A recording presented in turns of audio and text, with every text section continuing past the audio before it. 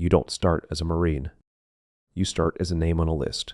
A poolee with a recruiter's handshake, a DP meeting once a month, and a quiet fear you can't admit that you signed up for a legend and you're going to show up as yourself. Poolee. Before boot camp, you learn the first Marine lesson without realizing it. Anticipation is its own stress fracture. You run a little more, you lie a little less. You stop saying maybe about your future because your future now has a ship date. People ask why the Marines. You give a clean answer. Inside, you have a messier one. You want to be hard to break. Recruit. Then you arrive and your name disappears. You are recruit. You are a haircut, a rack, a number, a problem to be corrected at volume. The drill instructors aren't angry. Anger is sloppy. They're shaping you. They attack hesitation. They punish improvisation. They turn time into a weapon. Hurry up and wait, then hurry up again. You learn to fold perfectly. You learn to stand still perfectly. You learn that exhaustion doesn't excuse error. It multiplies it. You learn the general orders until they're not words anymore. They're reflexes. Then the crucible comes. Sleep disappears. Food becomes rumor. Your body becomes a complaint you don't have time to listen to. You move anyway because stopping is louder than pain. And at the end, they place the eagle, globe, and anchor in your palm. It's quiet when it happens, not because it's small, because they want you to feel the weight without distraction. Now you're a Marine. Private PFC, E1A2, Boot Marine.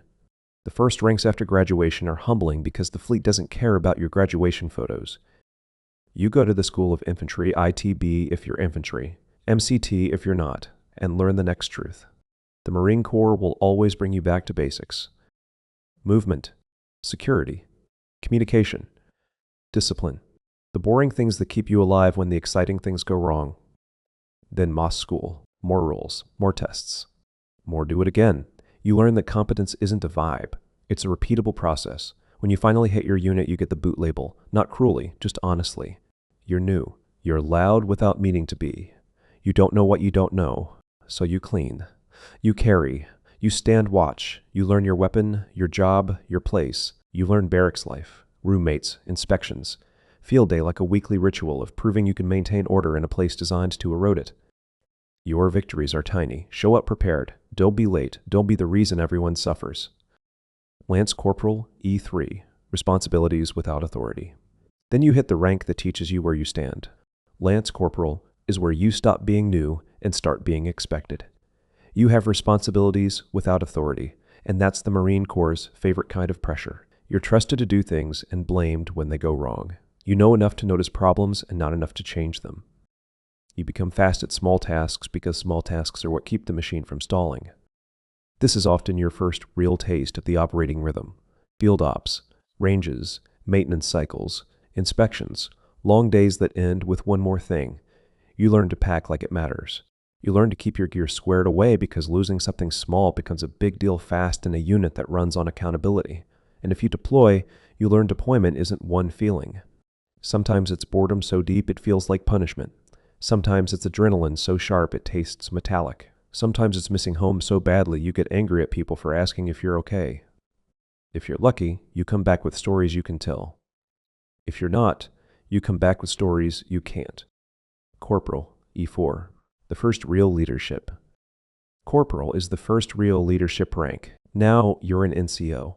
Now your job isn't just doing it right. It's making sure others do it right. Your name starts showing up on rosters, counseling statements, training plans. You discover leadership isn't inspiration. It's repetition. It's telling the same Marine to fix the same thing until the fix becomes a habit. It's keeping standards when everyone is tired. It's taking heat from above so your juniors don't get crushed by it.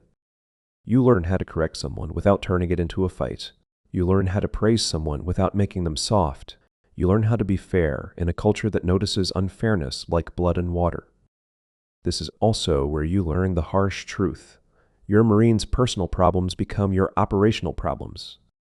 Money, divorce, depression, quiet spirals.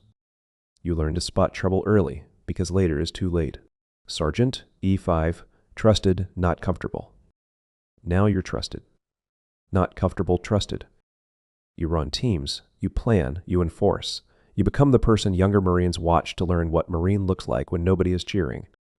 You learn to be calm when chaos shows up because your calm becomes their permission to breathe. You learn the core special skill, making the hard thing look routine. Drills, rehearsals, repetition until the unit moves like one organism, even when individuals are tired, angry, or scared.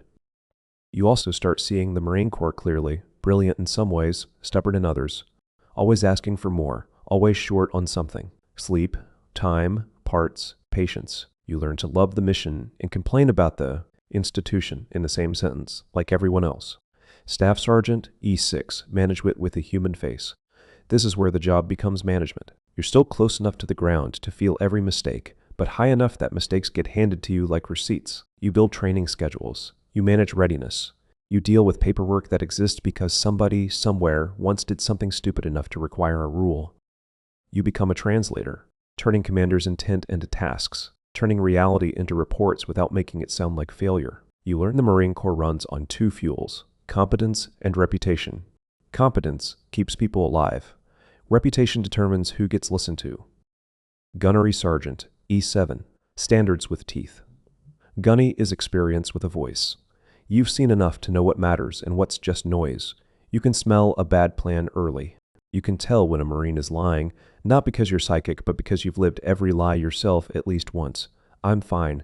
I didn't know. It won't happen again. You become the keeper of standards, the person who can stop a bad idea with a sentence. The person who understands discipline isn't cruelty. It's the price of reliability. People think this rank is about being loud. It's about being right when it counts.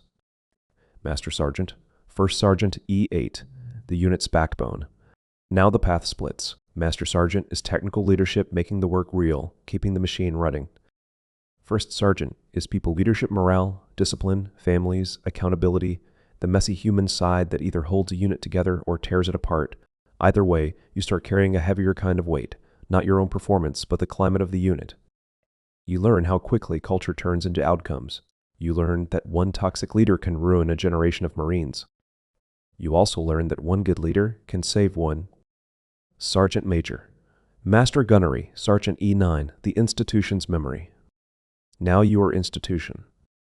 Sergeant Major is command presence, discipline, culture, the voice that can tell a commander, carefully, what the unit can actually sustain. Master Guns is mastery deep expertise, readiness systems, the hard technical truth behind the mission.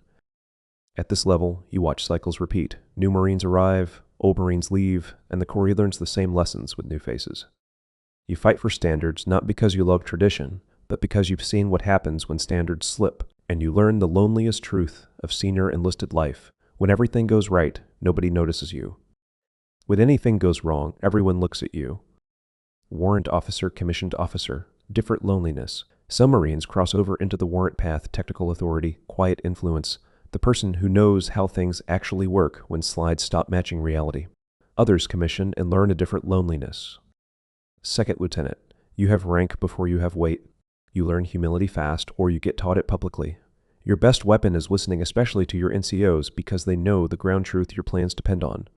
Captain, now you leave for real. You balance mission, people, and higher headquarters demands that arrive like weather, and never ask if you're ready.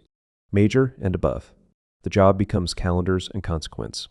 You stop doing the work and start shaping the systems that decide what gets done, by whom, and at what cost. Colonel and General, the Marine Corps becomes strategy, budgets, politics, force design, global posture. You make decisions that ripple into years. You carry the burden of knowing Marines executing your decisions will pay in sleep, stress, and sometimes blood.